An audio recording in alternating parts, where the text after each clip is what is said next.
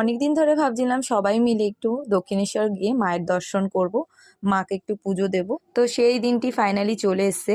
তো আজ সকাল সকাল বেরিয়ে পড়েছি দক্ষিণেশ্বরের উদ্দেশ্যে। তো মন্দিরের উদ্দেশ্যে আমি, আমার মা এবং আমার বর, আমার ছেলে, তো এই কজন মিলে বেরিয়ে পড়েছিলাম সকাল সকাল, কিন্তু প্রচন্ড রোদ ছিল। ফাইনালি ট্রেন থেকে নেমে এখন মন্দিরের উদ্দেশ্যে যাচ্ছি। এখন আছি আমরা ওভার ব্রিজে। তার আগে সবাই একবার করে জয় মাতারা বলে যাও। আমাদের যেতে যেতে অনেকটাই লেট হয়ে গেছিল, বিকজ ট্রেনে খুব গন্ডগোল ছিল, ট্রেন লেট ছিল।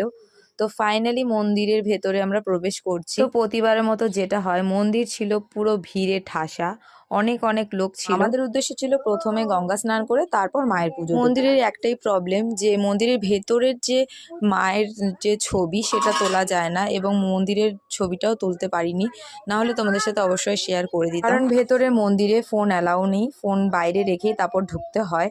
তো এখানে দেখো কুচো কাচারা গাছে ঝোলাঝুলি করছে, বেশ ভালো লাগছিল, অনেক কাছ থেকে দেখতে পেয়েছিলাম তাদের।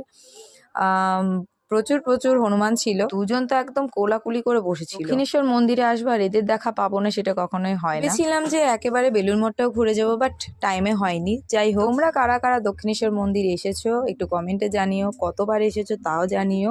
এবার একে একে আমরা সব গঙ্গা স্নান করে নিয়েছিলাম, তো তারপরে চলে গেছিলাম মায়ের মন্দিরের ভেতরে, প্রবেশ করেছিলাম পুজো দিতে। তো সেটা তো আর ক্যাপচার করা হয়নি, বিকজ তোমরা সকলেই জানো যে ফোন ভেতরে অ্যালাউ ছিল না। তো ভিডিওটি এই পর্যন্ত, সবাইকে টাটা।